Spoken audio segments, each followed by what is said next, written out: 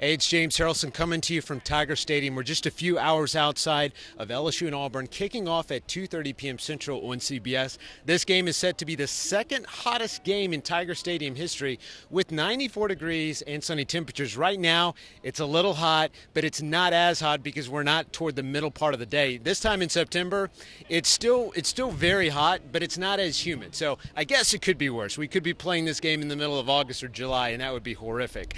For this game, though, there's so many storylines coming into this game.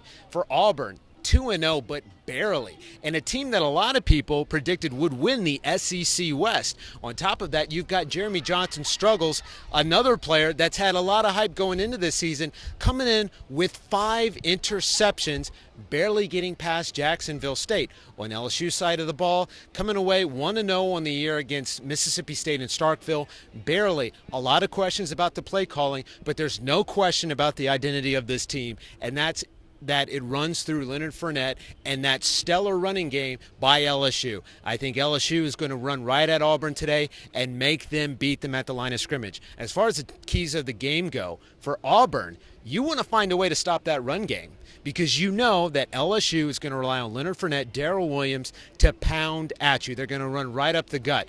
Auburn's going to try to stack that box and stop that run.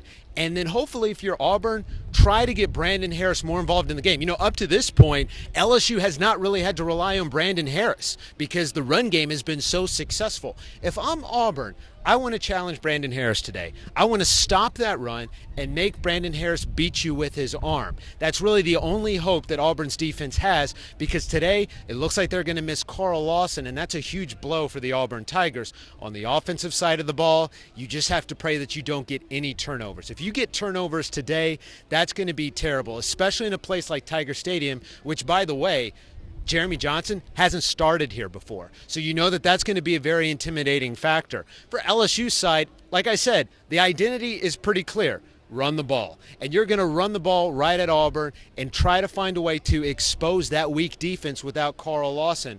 On the defensive side of the ball, you've got that freakish defensive line, which really impressed me last weekend against Dak Prescott, holding him to negative yards in the first half. Yeah, you're going to want to rattle Jeremy Johnson today. You're going to want to put pressure on that offensive line and make Jeremy Johnson rattled early on in the game. I think also if you're LSU, you want to really rely heavily on this home crowd that's going to be filling up here in a few hours. Yes, it's hot. Yes, it's in the middle of the day, but that usually doesn't stop the LSU faithful. They just, start early tailgating and getting drunk. This place is going to be very loud. So on top of that, you've got the home field advantage today, which I think is going to be loud and rocking. As far as how I see this game going, I see LSU coming away with a very slim victory today, 21-17. The reason I say that is because all of this talk about Auburn's struggles, they will not be the same team that played against Jacksonville State last weekend. I can guarantee you that. This might even be their best game yet. This may be Jeremy